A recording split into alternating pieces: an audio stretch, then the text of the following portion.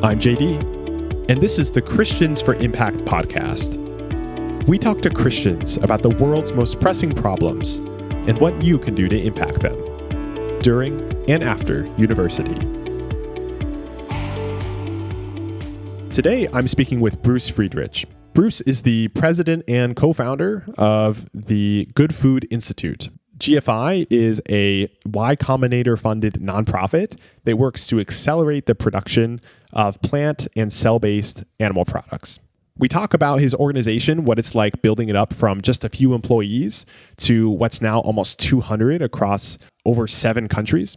We also talk about his work trying to create change on a systemic level as opposed to an individual or direct level, and what that's been like for him. Bruce also was with Dorothy Day's Catholic Workers Movement, and he shares about that and about his faith and about what it means for him to make a radical impact with his time and with his career and his money. So I hope you enjoy the show. Bruce, thank you so much for talking with me. I'm delighted to be here, JD. Thanks for having me. So we're meeting at the AVA conference. How's your conference going? It's amazing. I love this conference, and the vibe is just so positive and so compassionate, and so it's terrific. Yeah, have you been to many of these, or this is something new, right?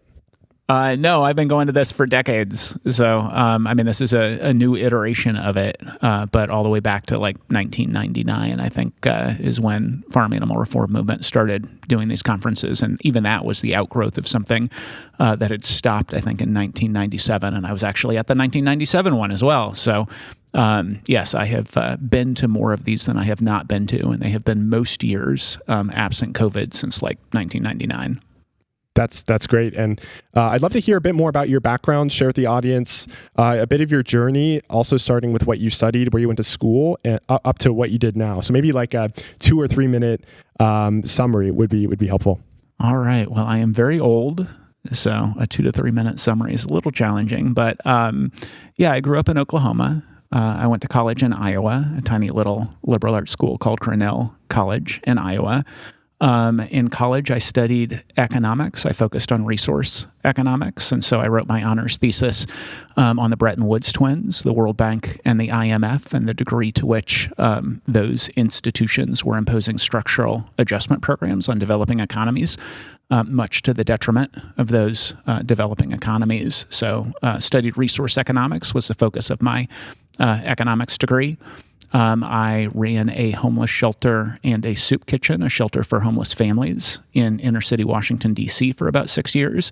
Spent a lot of time immersed in the D.C. school system, the inner city school system, because it was a shelter for families. So mostly women and children, occasional complete units. We also did sanctuary work. This was the early 90s. So we gave shelter to undocumented families as well, who were houseless.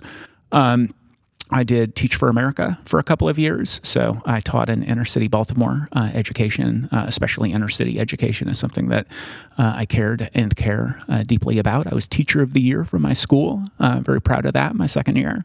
And I have done animal protection. I was at People for the Ethical Treatment of Animals for about 13 years, Farm Sanctuary for almost 5.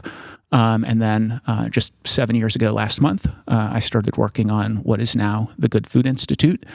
7 years ago last month, we were calling it, we didn't quite decide between Future Food Foundation and Future of Food Foundation and Future Foods Foundation, but we knew it was going to be FFF. When we first started working on it just over 7 years ago, and now it's the Good Food Institute. We are at gfi.org for anybody who wants to find out more.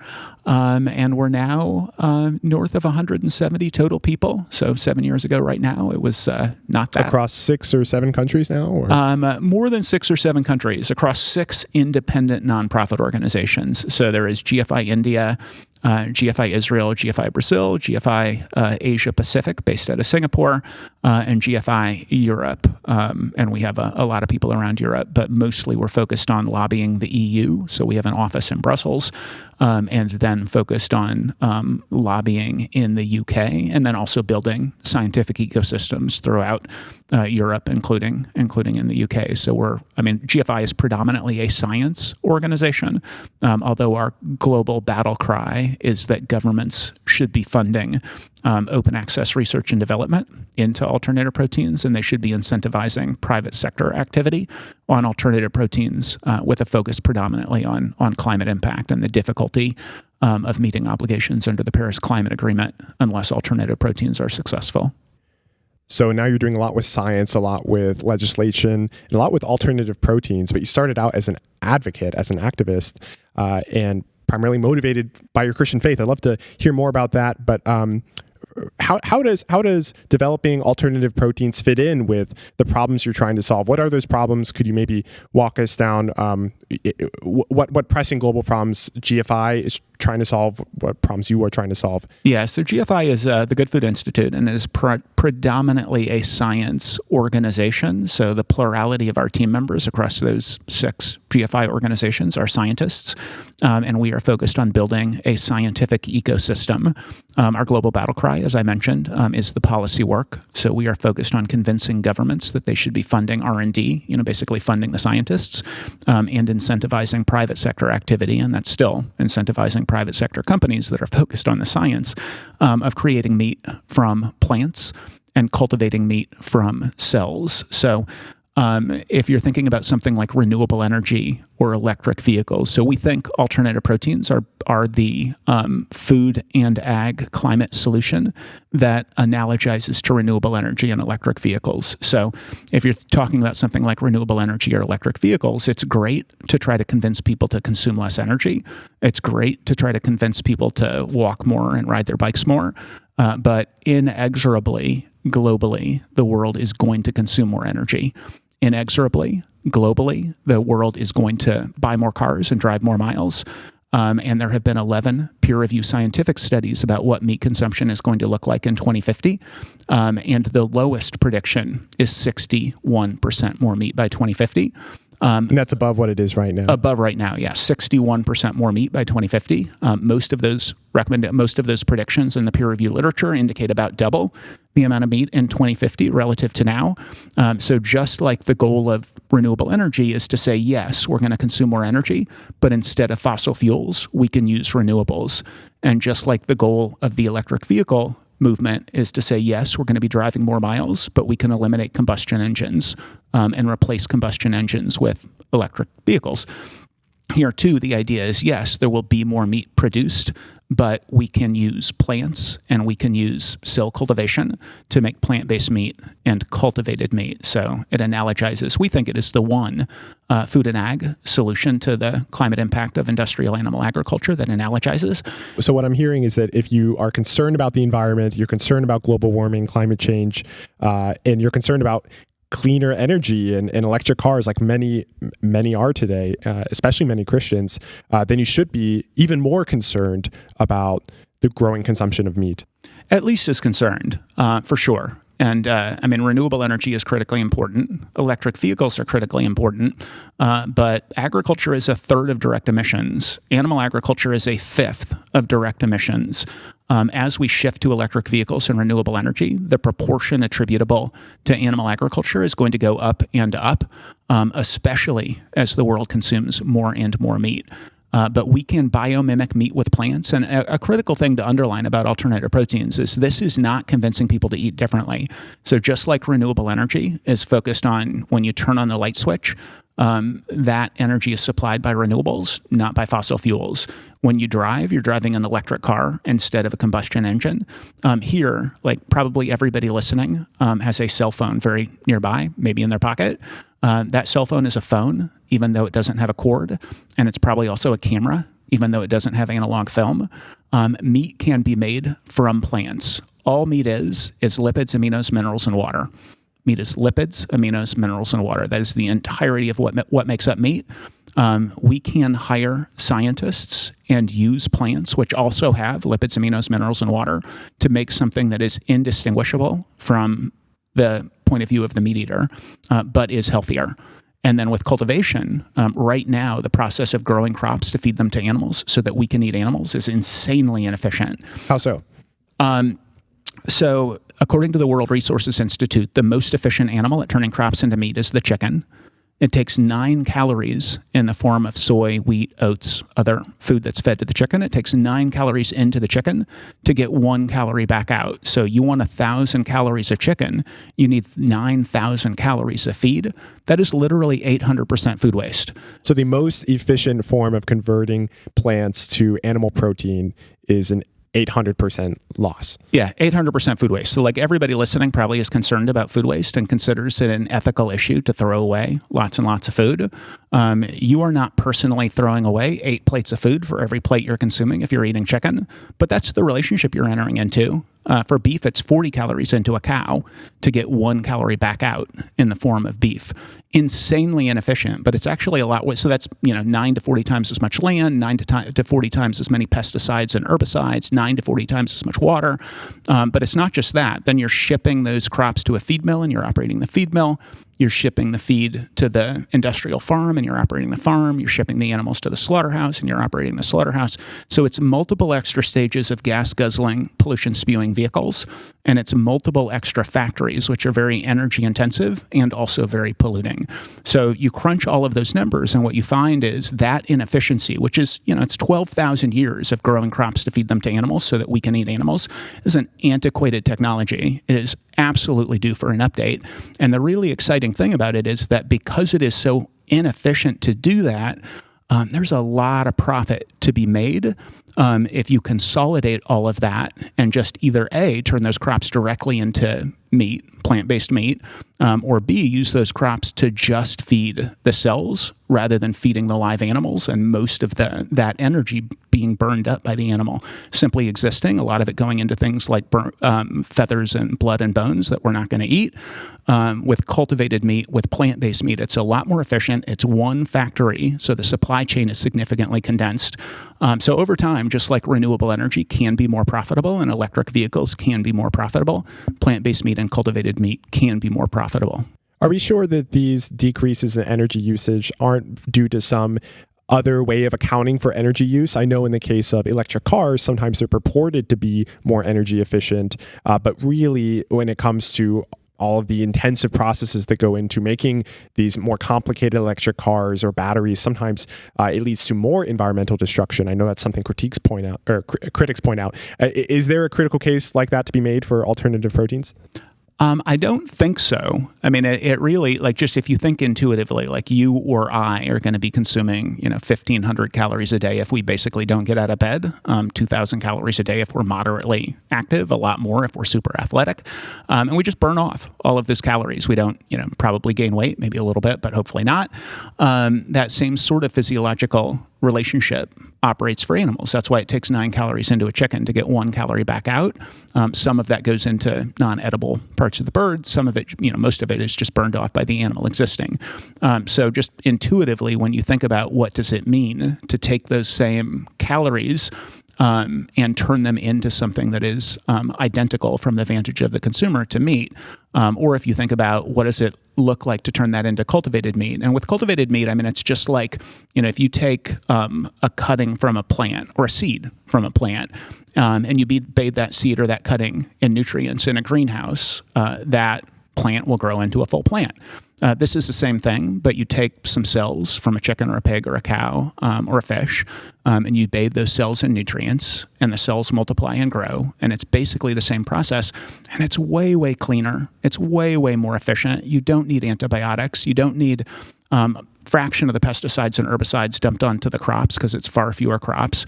It's just a much more efficient and better way of getting the exact same end product, but a more pure version of the end product. So I'll give it to you. It does sound a lot more environmentally efficient. Let's say that I'm not convinced that protecting the environment, or at least reducing greenhouse gas emissions or energy use, is among the world's most pressing problems. Let's say I'm a lot more concerned about other problems like global poverty or other issues. You argue that even so, developing alt proteins should be a very important cause. Can you walk me through some of those reasons why? Yeah, I mean, so I co-authored an article that's in the current issue of Foreign Policy Magazine, so fall 2022 Foreign Policy Magazine, about the food security issue. In 2010, we grew about 750 million metric tons of cereals to be fed to farm animals. And that doesn't include, and now it's over a billion, more than a billion metric tons. It's hard to wrap my head around. What does a billion metric tons even look like, right? Yeah, I mean, I will, just one sort of point of comparison, the war between Ukraine and Russia displaced about 50 million metric tons of wheat, and that put the possibility of famine in developing economies on the front page of every newspaper in the world, probably, certainly all the U.S. newspapers.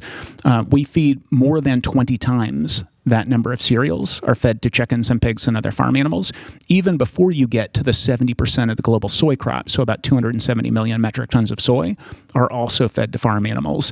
And what that does is it creates basically competition for grain and soy and competition for land between farm animals to feed wealthy people in the West and developing economies. It drives up the prices, literally prices people out, and leads to famine.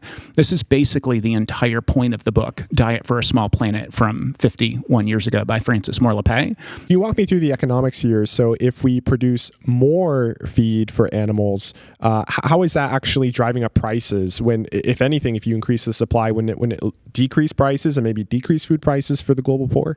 Well, no, because it's creating competition. So if there are 100 stereos and like people really are want to, and you've got 200 people who want those 100 stereos, the price of the stereos is going to go up.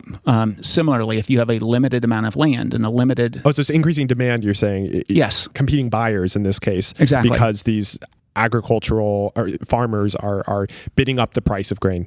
Yeah, no, that's exactly right. Do we have an idea of what it would look like if we suddenly eliminated all crop use for animal feed, what that would do to food prices for the global poor and how much people's real incomes or real consumption would increase?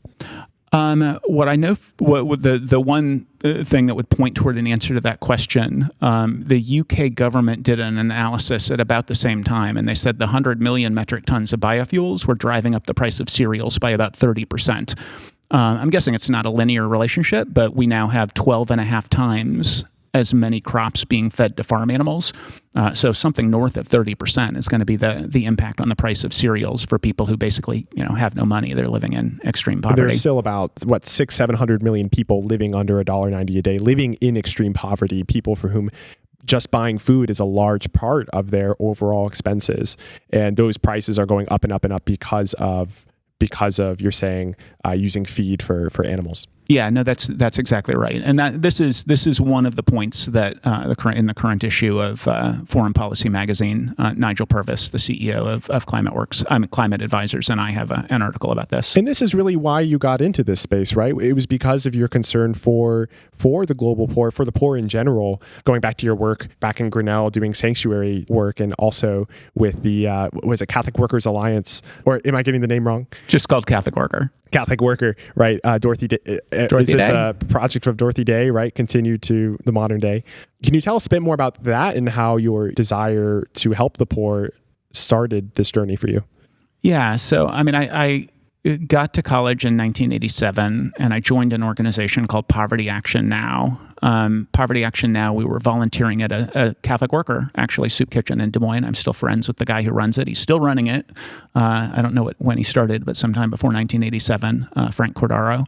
And so I was volunteering at the soup kitchen in Des Moines through Poverty Action Now. We were organizing fasts each semester to raise money for Oxfam International, and I got my degree in economics specifically. There's a similar thing today called 30-hour famine. I'm not sure if you've heard of that, but essentially a fast. I did it in church growing up to raise money for the global poor. But okay, yeah, Oxfam was. I mean, this was a coordinated campaign on university campuses by Oxfam in the '80s. I don't know if they still do it, but we did it at my college, and I mean, it was fascinating, like fasting for 24 hours, and then the proceeds that are saved are donated to Oxfam International, which I thought was pretty great. And I majored in economics, and I majored in economics specifically to major in resource economics to try to figure out what it would look like to distribute resources more in a way that allowed people not to starve, essentially. And one of the things that became very clear, looking especially at structural adjustment programs from the World Bank and International Monetary Fund, is that a big part of the problem was that crops were being grown to be shipped to developed economies from developing economies to be fed to farm animals. And that sort of relationship has just gotten worse in the 35 years since 1987. And I wrote my honors thesis, as I mentioned, on structural adjustment programs and this problem. So the Good Food Institute, when we started working on it, the fundamental question we were trying to answer was, how are we going to feed close to 10 billion people by 2050 without burning the planet to a crisp?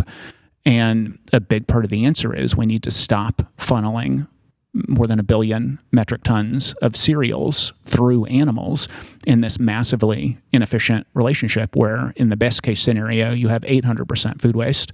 With cattle, you have 3,900% food waste. And it is a massive contributor to climate change. And that was sort of the founding argument / observation of the Good Food Institute and our focus, which is just on alternative proteins as a replacement for industrial animal products. And one of the two other things that we talk about a lot more now, one of them is antimicrobial resistance. So the UK government has said that the threat to the human race from antimicrobial resistance is more certain than the threat from climate change. Already 1.3 million people per year are dying from antimicrobial resistant superbugs. That's going to be 10 million people per year by 2050. And we are feeding about 70% of the medically relevant antibiotics that are produced by the pharmaceutical industry. They're fed to farm animals to keep those animals alive in conditions that would otherwise kill massive numbers of them. And then the other one is pandemic risk. Closely connected, right, to antimicrobial resistance is this risk of a pandemic emerging, right? I mean, I think you can look at them as two independent issues. So the problem with antimicrobial resistance is that we are feeding antibiotics to animals. 70% of the global supply of medically relevant antibiotics are fed to farm animals. And what that does is it allows superbugs to figure out how to beat the antibiotics, so that when you get sick or you get when you have an operation or something and you need antibiotics to stop an infection from occurring, the antibiotics don't work because the superbugs have figured out how to beat the antibiotics. It is a separate issue, pandemic risk. The UN Environment Program and the International Livestock Research Institute released a report in July of 2020 called Preventing the Next Pandemic, and I would encourage people to Google that. It's very easy to pull up. 9 of the world's foremost pandemic scientists, they came to consensus on the 7 most likely causes of the next pandemic. The first one is increased meat consumption. If we have tens of billions of animals now and we double that by 2050, every single one of those animals is a potential vector for the next COVID.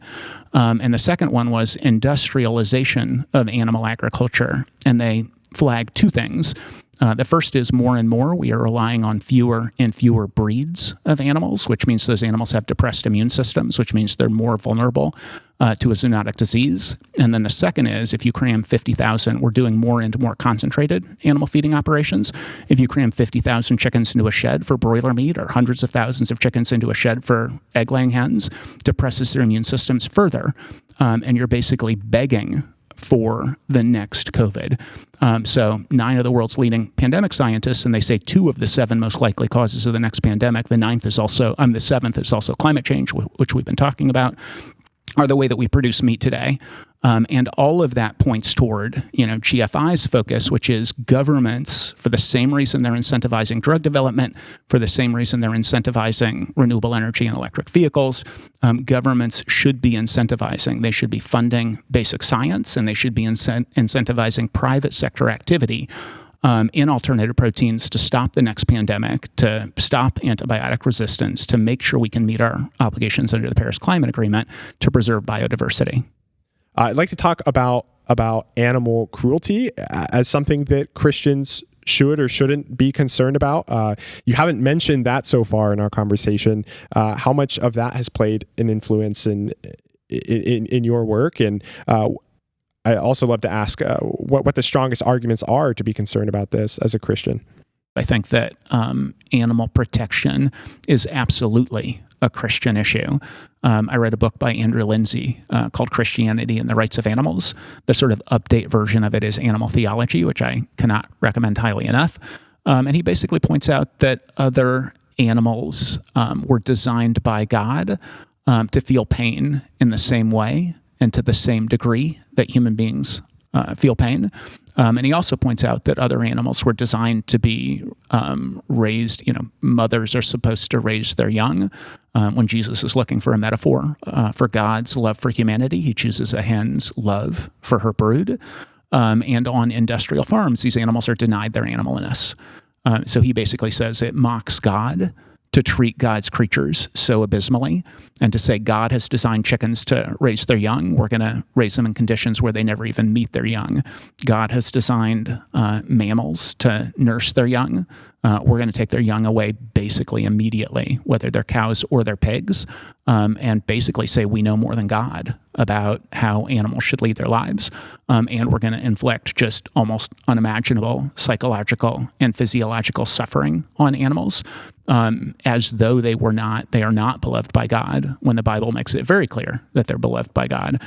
So these are some of the issues that Lindsay spells out that had a colossal impact on me. So I actually adopted a vegan diet after I read Diet for a Small Planet in 1987, and it was the straight resources issue. It was the straight, oh my God, if it's going to take 9 calories to feed a chicken to get 1 calorie back out while people are starving to death, that violates my religious principles about treating people. And the Good Samaritan story can be cross-applied as how to think about human beings and to recognize that somebody who's suffering in Eritrea or Ethiopia or Somalia is no less important than somebody who's suffering down the street from me or a relative.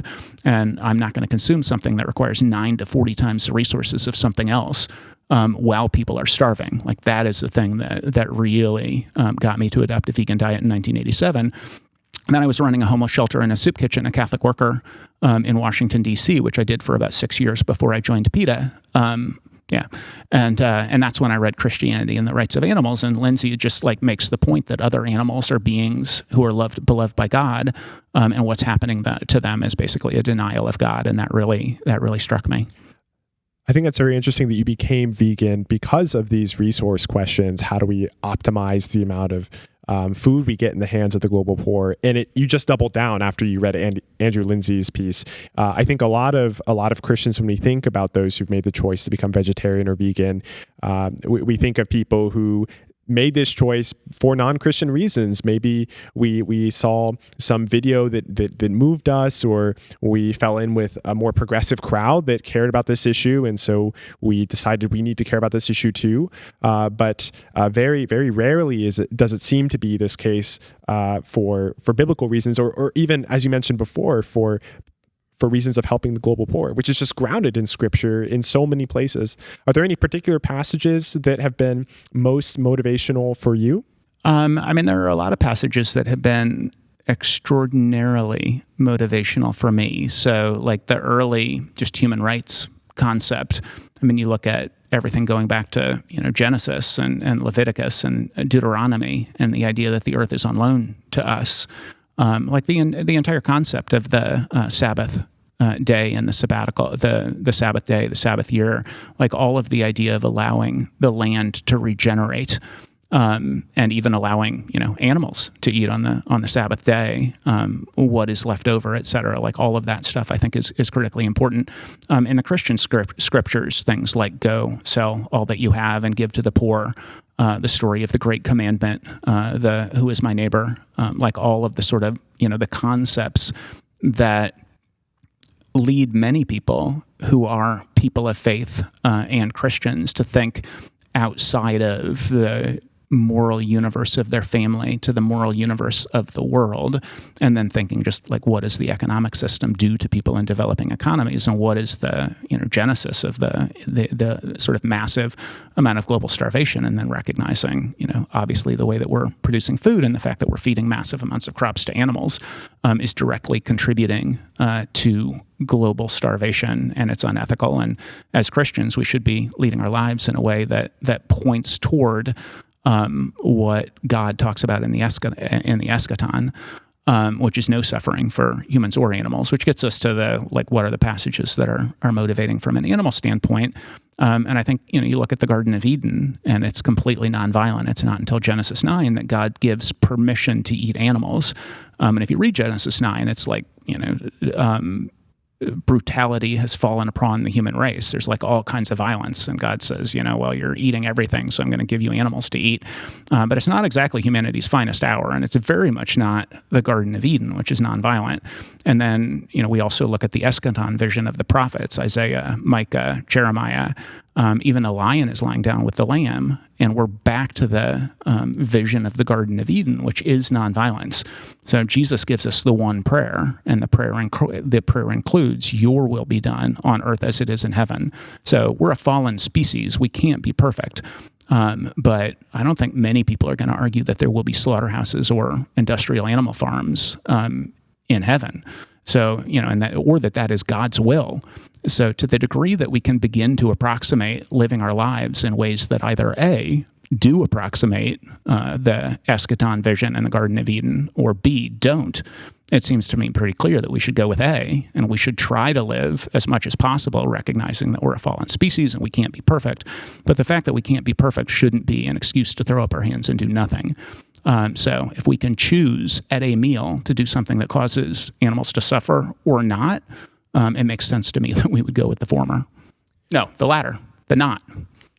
Bruce, when I look at the U.S. today and I look at Christianity in the U.S. today, I don't typically associate caring about animals or caring about alternative proteins with Christians. It seems like those who are running a lot of factory farms, those who are running a lot of slaughterhouses, are in states that are very red and very Christian. Why do you think that is, if it's so clear to you from Scripture that this is something God cares about? I think it probably goes back to we are human beings. We have a tremendous amount of cognitive dissonance. I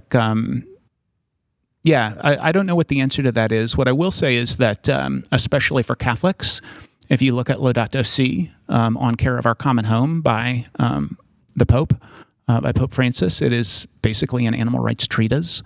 And that gets, significantly less attention than the environmental component of it. But it is hardcore. I mean, it specifically denounces anthropocentrism, by, uses the phrase anthropocentrism and denounces it.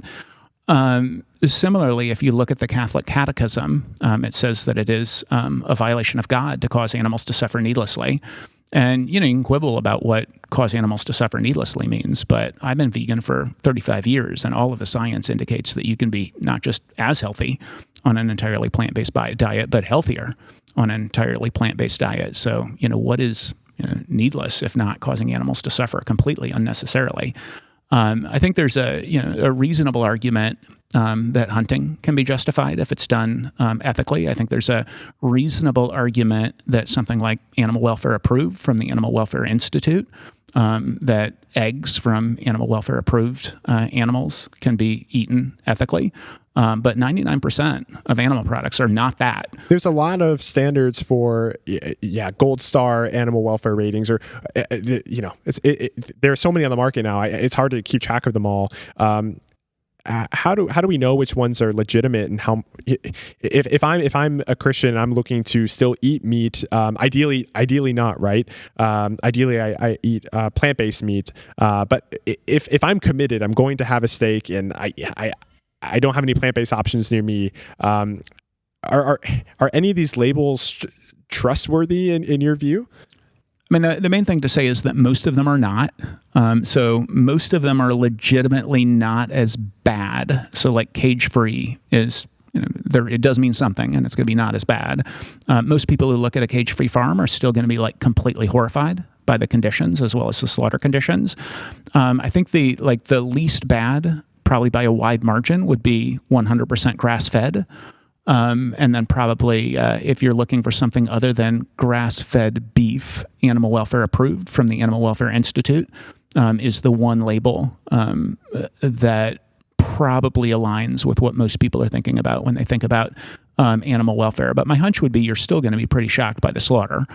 Even with animal welfare approved, it's going to be significantly better than an industrial slaughter, but you're still probably going to be shocked by it. I remember this episode of Oprah where she had Michael Pollan on, and they showed the most antiseptic imaginable cattle slaughter, and the entire audience was just completely in shock. And Michael Pollan was like, wow, like if you guys can't watch that, like Good you luck. really have no business. Yeah. Well, you really have no business eating meat. Like how many things are there in your lives that are being done for your benefit, that you are paying to have done, that you recoil at even looking at them?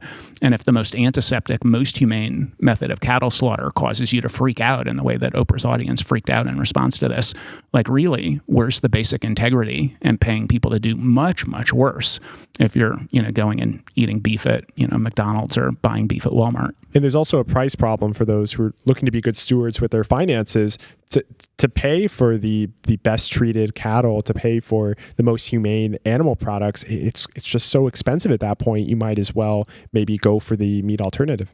Yeah, I mean, the meat alternative is the thing that doesn't cause animals to suffer unnecessarily and doesn't require that you kill animals unnecessarily. And you look at the eschaton visions, you look at the Garden of Eden, you look at the prophets, and it's not humanely slaughtered animals, it's non-slaughtered animals. It's literally the carnivores go back to not eating one another. So to the degree that we can approximate that, it seems to me that we should. Are there any other Christian organizations in the animal welfare space or plant-based meat space that you're excited about? I'm familiar with Creature Kind. I'm familiar with SARCs. I'm not familiar with many others. Are you? No, I am a big fan of Creature Kind, but I don't know that I know SARCs. But no, I'm not, and would love to see people change that. Then I'd like to transition now to talking quite explicitly about careers and what undergraduates especially can do to make an impact in this space. I'm curious what specific skills or talents are most needed in the plant-based meat space, especially looking forward in the next 5 to 10 years or even 20 years. And then we can also talk about majors or conferences or grad programs that might be relevant. But yeah, when you're at GFI, what are you most looking for in people to hire, and what are other? I know GFI is a think tank, an advocacy group, but when you look at the plant-based meat startups that you're working with, many of which are doing very well, what are they looking to hire for that they just can't find? I don't know that there's a just can't find, but I will say the relevant STEM focus scientists is probably the most important thing to go into. This is at its heart a science question. How do we biomimic the precise meat experience using plants, or tissue engineering? How do we apply standard tissue engineering techniques but move it over to food from medicine and scale it up? So mechanical engineers may be the thing that is most necessary to help figure out what the production systems of tomorrow are going to look like and make them as efficient as possible. But we definitely need tissue engineers. We need meat scientists. We need chemical engineers. We need biotech scientists, synthetic biologists. So kind of the full range of STEM scientists. Basically focused on the project of making meat in a way that is, updated from the 12,000 years of making meat in the current insanely inefficient manner. So basically, if you're working in STEM, there's a spot for you in some plant-based meat startup. Yeah, and I think that is right. Yeah, that's the basic answer. Although I would say there's an awful lot of work that people can do while they are in college. So like GFI, one of the programs I'm most excited about is our Alt Protein project. And if you just Google Alt Protein project, it'll pop right up. But we have 36 university chapters, and every chapter has 2 co-founders. All of the co-founders go through a 2-day training from GFI. GFI, everything that we do plugs into our objectives and key results, which is basically a KPI system that was popularized by Google that we use. And we also train all of the university chapters in the Alt Protein project on OKRs and work with them to set OKRs and work with them to do quarterly reporting. And so getting involved in basically educating others. So like if you are a science undergraduate at a top science school, you can do your work, which will be great, but you can also be a voice on campus to make sure that everybody else on your campus, all of the other STEM scientists, recognize that making meat from plants and cultivating meat from cells is a way to make a massive positive difference in terms of climate, biodiversity, global health, animal protection, while also moving into something that will be a very lucrative career, like most STEM sciences are.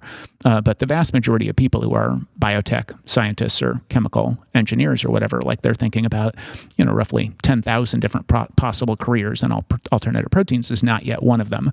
We need to change that.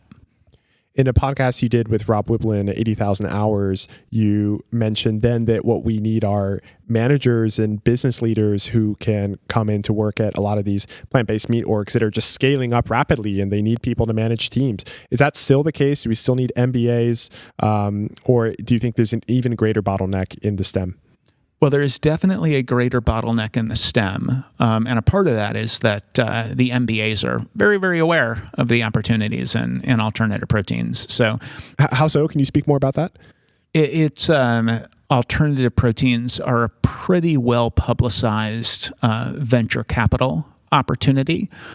So if you are in business school, there's a fairly reasonable shot that you have looked at one of the alternative protein companies. Like, this is specifically the sort of thing that business school teaches you, is to look for white space opportunities and look for disruption opportunities, and what are the industries that have been around for a really long time and are ripe for innovation.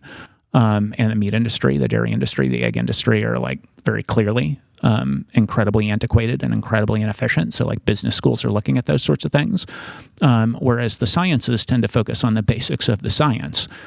So if you are in tissue engineering, it would be very easy for you to go all the way through to PhD and postgrad, and just really focus on human medicine and tissue engineering. And similarly, across all of the sort of STEM sciences, they're focused on the direct science of what it is, what is the scientific problem and how do you solve it, without as much of a look at, what are the new ways that we can apply the science that we're learning. So the opportunity to go into a scientific field and sort of go, yoo-hoo, you're a tissue engineer, you could also make, meat for human consumption, not just, organs for therapeutics, is something that's less likely to be brought up on a scientific campus relative to an MBA.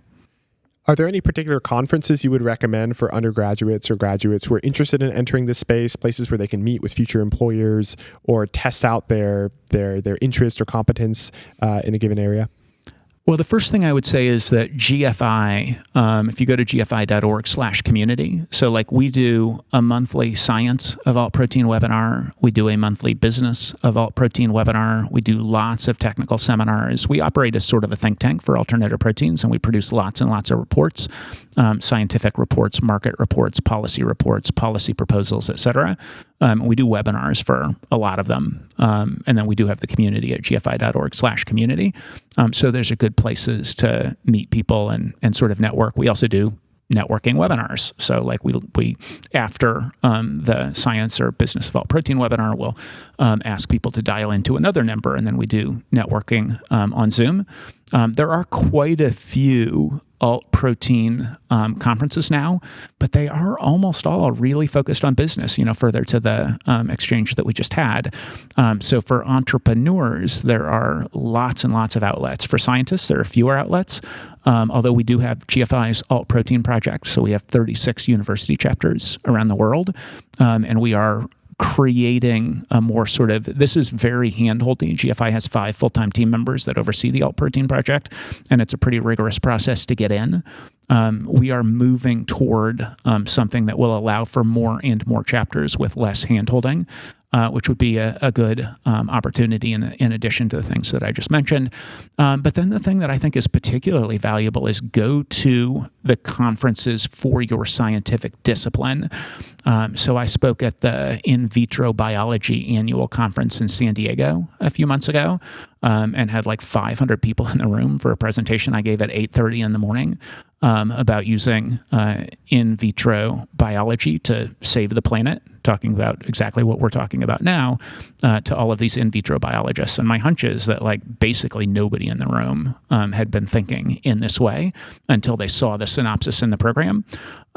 So there is the opportunity to meet employers, but also the opportunity to go talk to other people in your field about this as a place to focus. How important do you think it is to go to these conferences or to be involved in some kind of community that's thinking about these problems as opposed to just exploring on your own with the internet and just looking at job opportunities? Well, I think you, as somebody who goes into this field, are one unit of good in this field. So that's awesome. It's a little bit like, if you are a vegetarian, you will save X number of animals in your life. One effective conversation with somebody who convinces them to be a vegetarian too has just doubled your entire life as a vegetarian in terms of the good that you're doing in the world. So I do think the power of positive example is colossal. And I do think people meeting other people who are doing things is how, other people will think about, oh, I could do this too. So it's great if somebody as an individual is doing, is going to become an in vitro biologist and focus on alternative proteins, but going to in vitro biology conferences, or if you are a biotech scientist or a mechanical engineer and going to those conferences and talking about what you're doing and putting yourself forward to give presentations and lead workshops on alternative proteins, you can literally have thousands of times the positive impact through your advocacy that you will have, and your example, than you will have just by the direct work that you were doing. One thing that Christians that I talk to consider is earning to give, pursuing paths in finance or other lucrative areas in order to earn a lot of money and to give most of it away. Is this something that those in the plant-based meat space can think about? Is this an option for them, or is it better left to those in finance or in tech? Well, I think all of us should be thinking about tithing. I think earning to give generally is shorthand for earn as much money as possible, and then live on something super reasonable and give the rest away. That's what earning to give refers to. So no, I think you are unlikely to find your most lucrative opportunity as a science in this space unless you become the co-founder and CTO of a company that does particularly well, which is an option. If somebody is becoming a CTO of a company and co-founder of a company, which gives you a lot of equity and you're filling a white space and you're building that company, you would have the opportunity to give away a ton of money if you're successful. Generally speaking, I think if somebody is a scientist and they're thinking about earning to give, probably going to Google or one of the really big biotech companies or something like that, where you can make lots, you can make hundreds of thousands of dollars or more. If you're early on, you can get millions of dollars in equity or more and give that money away, which I think is a phenomenal option for people. And then the other thing that does, especially if you're good at networking, you end up in sort of a rarefied social circle where you can direct a lot more philanthropic resources. By becoming a giver yourself, you enter into these communities of givers where you can influence others, you're saying? Yeah, that's exactly right. So I, as somebody who runs a nonprofit organization, have a very different relationship from people who give away a lot of money, where I'm having interactions with them, encouraging them to give to GFI or encouraging them to give to other charities that I care about. What are some other charities that you care about? I'm a big fan of from an animal perspective. I basically agree with the animal charity evaluators. So I really like Wild Animal Initiative. I really like the Humane League. I really like Mercy for Animals, Faunalytics. From an environmental standpoint, I think Giving Green has some really great recommendations for climate charities that are impactful, neglected, and the work that they're doing is extremely tractable across all cause areas. I think the researchers at Founders Pledge, so if you go to Founders Pledge and look at their cause areas and their recommendations, I think they do a pretty phenomenal job. Across effective altruism, like GiveWell and the charities that Open Philanthropy gives to. So in general, I think the effective altruism movement and how it thinks about charity is really, really smart. So how impactful is the organization? How focused on counterfactual impact is the organization? How tractable is the work that they're doing? How neglected is the work that they're doing? You've argued before that this approach is quite aligned with the Christian approach. How so? This sounds a bit technical and a bit, a bit modern. But how does this connect back to your Christian roots and the way you think about doing good as a Christian?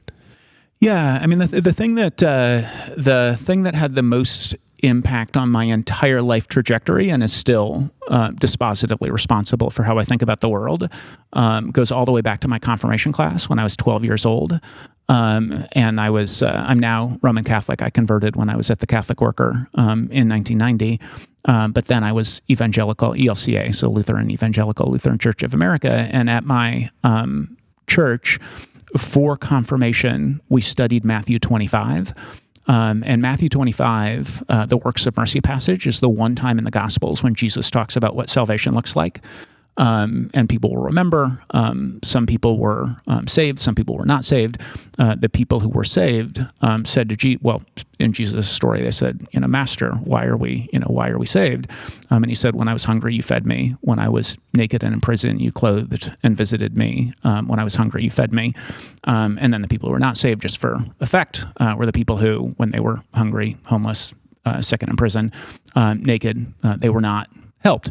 And they say, well, when did we help you or when did we not help you? And Jesus says, when you did it to the least of me, these you did it to me. And so that's the entire foundation of the Catholic worker movement. And there are houses that feed the hungry and house the homeless. And there are Catholic worker houses outside prisons because mostly we warehouse our poor.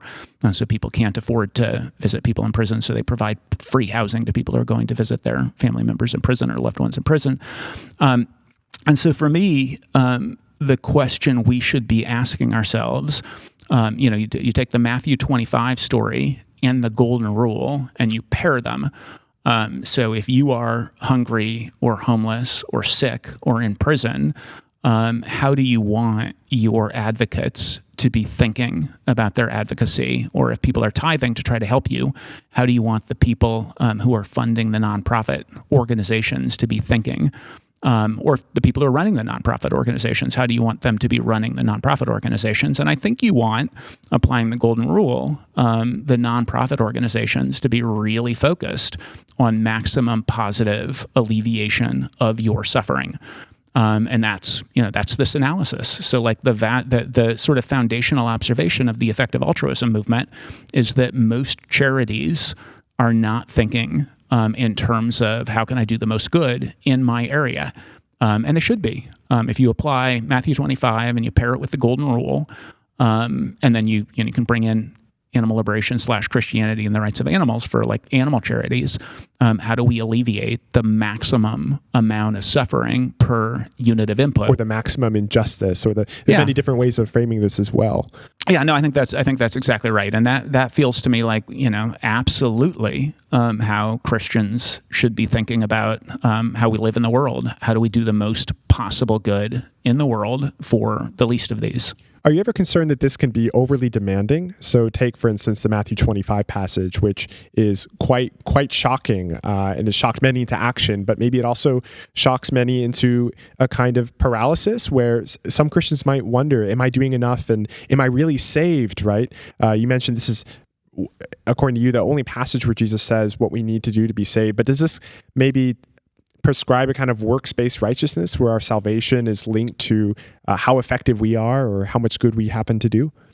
I don't know. I mean, I really, it has not struck me that one of the problems of Christians is that we're working too hard to make the world better. It has definitely struck me that we are far more of the world than Jesus was, and that Jesus calls us to be. So if I'm picking like the 10 problems that are plaguing Christianity, oh my gosh, we just work too hard for the poor, is not on my top 10 list. Is there a risk, though, in saying that what makes one Christian is how Christ-like they are, that people who, for much of their life, have lived admittedly sinful lives, but want to make a change, they feel a bit overly burdened, or maybe they don't see the grace that God has for them?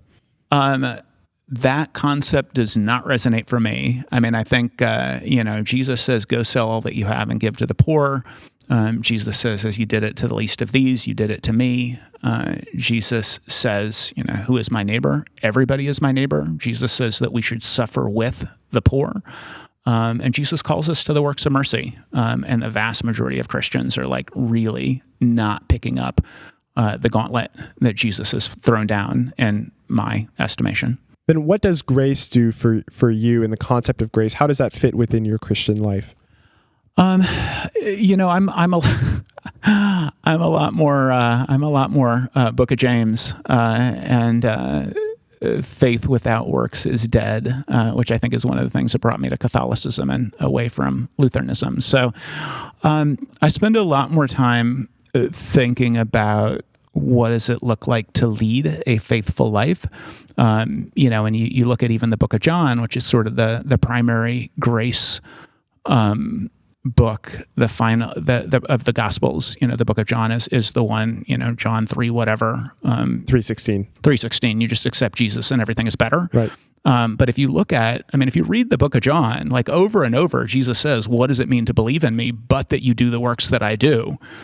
So that is like an incomplete passage if you don't then go on and say, okay, what it means to believe in Jesus is that you do the works that Jesus did. What did Jesus do? Like, he hung out with the lepers. He hung out with the poorest. He challenged people to care about everybody. So I don't thoroughly resonate with anything that we do. We will be, saved through grace. You started out doing a lot of this in-person ministry to the poor and to the suffering, working in these Catholic workers' houses and so forth. But now you're doing much more high-level, abstract things. You're working with governments. You are lobbying for change. You are facilitating research. That seems a bit far removed from the kind of direct service that Jesus and the early church was so involved in. Do you think that they are the same somehow? And how is it that you transition from that direct work with the Dorothy Day Catholic workers to this much more high-level work? Do you think it's a departure, or do you think it's part of the same journey? Well, I will say I love that question, because the people who are sort of, the people who I am like most look up to, most admire, the people I just totally love. And when I see, people from my sort of Catholic worker past, it's as though like no time has passed. They're just like such beautiful, wonderful people. And so I struggle with that question because living, when I was at the Catholic worker, one of the other precepts of the Catholic worker are voluntary poverty. So you like literally don't have any money, and you are living with the poor, suffering with the poor, eating the same food and sleeping in the same spaces. And so I spent a lot of time sleeping in church basements and sleeping in shelters with people who are houseless. And it really is sort of a level of we are emulating Jesus that I think is so beautiful. And I am now in a situation where like I really do. I mean, everything I've done, since I was 12 has been focused on living out my Christianity, living out my Catholicism. Like everything is filtered through what does it mean to be faithful. And I did get to a place where I thought, this is an incredibly ethical life of following Jesus. But what if I can actually have more of an impact, more of a positive impact for the people who are suffering than I am having by living in exactly the same conditions as the people who are suffering. And I don't know that the calculation that I made is the right calculation. But what I ended up doing was basically a Matthew 25 plus the golden rule calculation that says, if I am somebody who is in a developing economy and I am starving, or if I am somebody who is in, I am a subsistence farmer, and climate change is going to wipe out my livelihood and wipe out my village, or if I am, any of these people in the global South, and the global meat industry is about to kill me, and hundreds of millions of others like me, how do I want somebody who has the resources in a developed economy? What do I want them to be doing? So focusing single-mindedly on maximum possible impact to help the world as much as possible is what I ended up landing on. And I have a strong biblical explanation / justification, faith-based, for that. And I think it is, I don't think it's a difference of kind. I think it's a difference of degree. It's still, applying my faith as somebody who follows Jesus and wants to take Jesus' call to humanity seriously. It is still an analysis of that, but it's definitely a different way of living in the world than being a part of the Catholic worker movement. Do you think that in some way being a part of the Catholic worker movement was something you needed in order to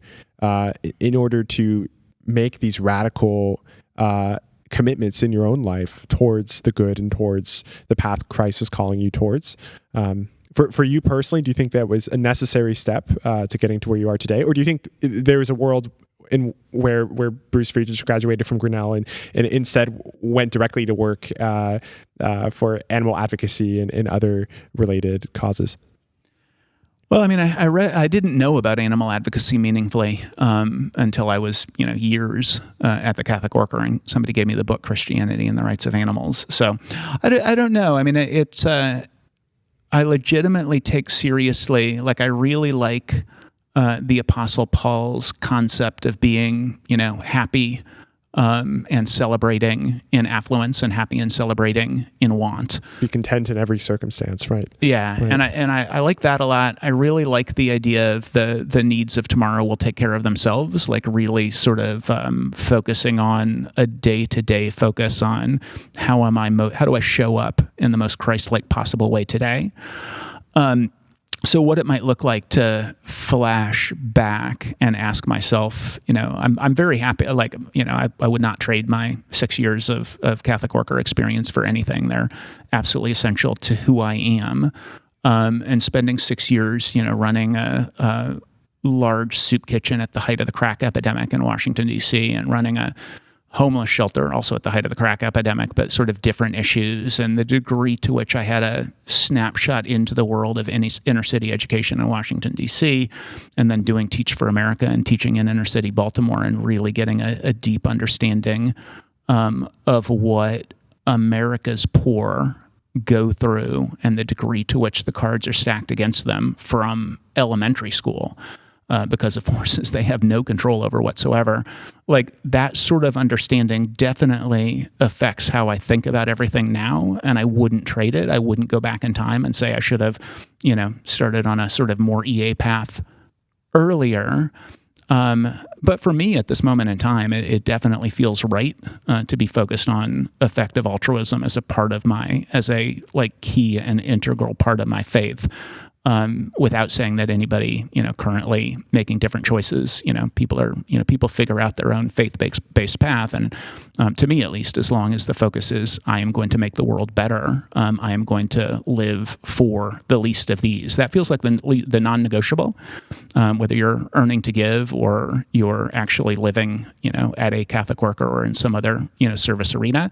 If your focus is on the least of these, and I would include animals in the least of these for the reasons that Lindsay lays out, it feels to me like that is a faithful life, regardless of whether you ascribe to Christianity or atheism or anything else for that matter. What would you say to Catholics who are at the Catholic workers' houses or Christians who are very near and dear to suffering in its direct forms and are wondering, maybe, should I stay here or should I pursue some more indirect but possibly more impactful path? That's where my heart is. I said when I go back to the Dorothy Day Catholic Worker for one of the clarifications of thought, or when I go to the sort of faith-based peace community, the Dorothy Day Catholic Worker, the other part of the Catholic Worker. So it's the works of mercy, it's living in voluntary poverty, and it's challenging the structures that require the works of mercy. So what Dorothy Day referred to as the filthy, rotten system.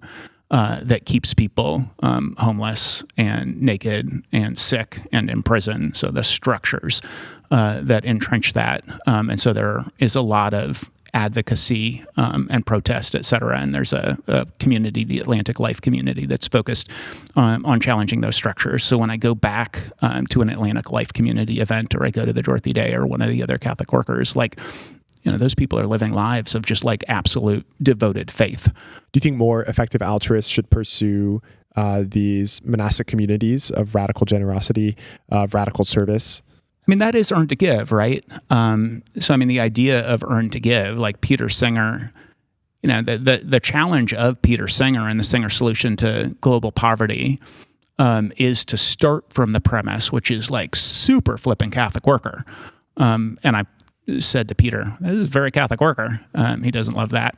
But the idea that you've got the shoes and you don't jump into the pond to save the drowning girl because your shoes cost $80 or whatever. And what's the difference when you can get a really nice pair of shoes for $10 and give away $70 and, save people? Like, that concept is very, very Christian. I mean, that is very in the realm of, go sell all that you have and give to the poor. And so, Peter's challenge is to move in that direction as much as you can move in that direction, with the recognition that if you're giving away, giving what we can, if you're giving away at least 10%, like, that should be sustainable for pretty much everybody. And then earning to give is like, can you give away 90%? Can you give away 95%? Depending on how much money you make.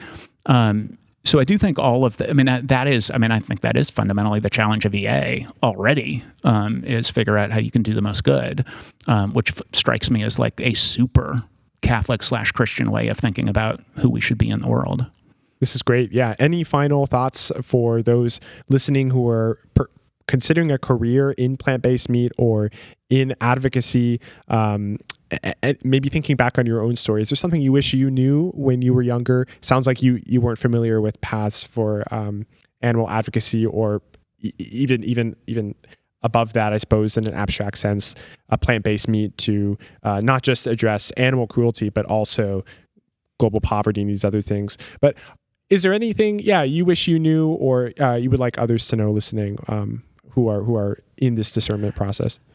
Yeah, I mean, I think more education is better than less education, and more discernment is better than less discernment. I think there's a lot of value in like thinking at each stage about what you're doing and why you're doing it. I sort of went from thing to thing to thing in ways that I wouldn't go back and change. But just generally speaking, I think being thoughtful and recognizing that how you spend your time can have a greater or lesser impact, and it's worth applying the golden rule in ways that might be counterintuitive. Oftentimes people will say, I do think there is an overwhelming amount of work that is being done that's not really doing that much good. I think the central question of effective altruism, it's oftentimes seen as hyper-rational, and so it might turn off Christians in the same way that people who are hyper-rational might be turned off by Christianity. I think they're pretty super easy to reconcile. And I would say if you take the EA challenge to do the most good you can, that fits in really nicely with Christianity. And if you take the Christian challenge, I guess in both cases it's do the most good you can. And with Christians, there's oftentimes less of a focus on tractability and counterfactuals than I think there should be. And with EAs, I think EAs probably maybe write off religion a bit to the peril of impact and effectiveness. What do you think EAs can learn from religion? I think EAs can just be more compassionate about religion more than learn from religion. I think the way EAs are thinking about, the question is, how can I do the most good I can? And I think that's a fairly central question for religion as well. Religion oftentimes does, I think, operate in the realm of the deontological, and probably more than it should. If you apply the golden rule, probably most people or animals who are suffering are going to be a lot less interested in whether what you are doing is strictly speaking right, and a lot more interested in whether what you are doing is strictly speaking going to alleviate as much suffering as possible. Phrased differently, whether what you're doing is following a duty or whether it's actually helping them. Yeah, no, I think that's a great way. That's a great way of framing it. But yeah, I mean, I'm not like, just generally speaking. I think the idea. I mean, I loved when Pope Francis was like, "Who am I to judge?" I do think there's a degree to which, like, attempting to tell anybody else that what they need to learn from somebody else or whatever. I think whatever context you're in, the central question of how can I do the most good possible, and recognizing that what might seem intuitively like the answer is more often than not probably not the answer, and being open to all of the various cognitive foibles of being human, and being willing to challenge and think through whatever our preconceptions are, and being able to learn and explore is going to be pretty critically important. For people who want to learn more about GFI, gfi.org, gfi.org/newsletters, you can get our monthly reports and be kept in the loop about everything happening with policy, science, et cetera, on alternative proteins. Great. Then one final question, if you have time. How do you have any recommendations, given your experience in advocacy and transitioning out of advocacy towards more systemic solutions, technological solutions? Do you have any advice for how advocates for effective altruism can best reach their audiences? Do you think advocacy is still effective there, or do you think there's another route that most EA community builders or EA advocates should go?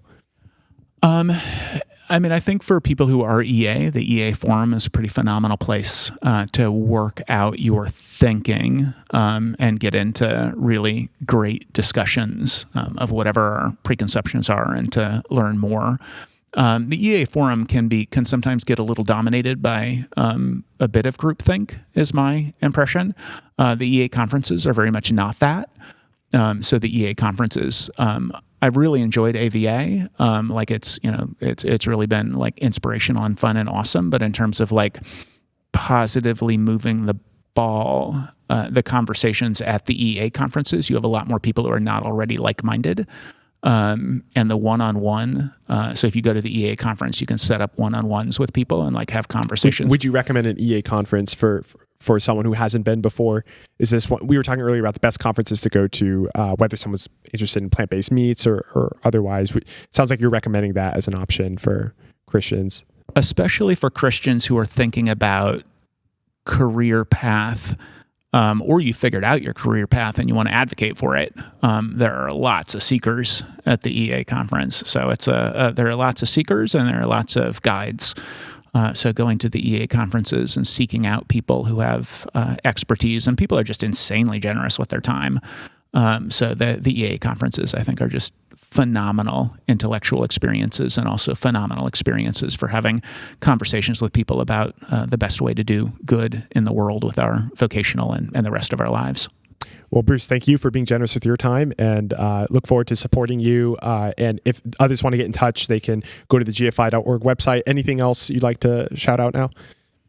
No, I think that's pretty much it, JD. I really appreciate who you are in the world, and you're bridging the EA and Christian communities. I think it's incredibly valuable, and I'm grateful to you for doing it, and delighted to be a part of it. Thank you, Bruce. Hi, listeners. I hope you enjoyed that episode. That was a fantastic way to learn about how we can make changes in the environmental space, in the animal cruelty space, in the space of reducing human poverty in ways that isn't direct, but works on a more systemic level. I thought a lot of what Bruce had to say was unique. I don't hear that very often in most presentations I hear about these topics. I am really grateful to him for taking the time, but I'm grateful for you for listening. If you're interested and you think God is calling you to work in one of these spaces, whether that's climate change or animal cruelty or tackling extreme poverty, and you don't know how to do that best, you don't know where to start, then go to our website. We have full-length profiles for each of these cause areas. where we explain what the problem really is in depth. We share how it is you can start a career and really make a huge and outsized impact with God's help. We would love to be a part of your journey and help support you in that process. So we have mentorship, and you can find that all at www.christiansforimpact.org.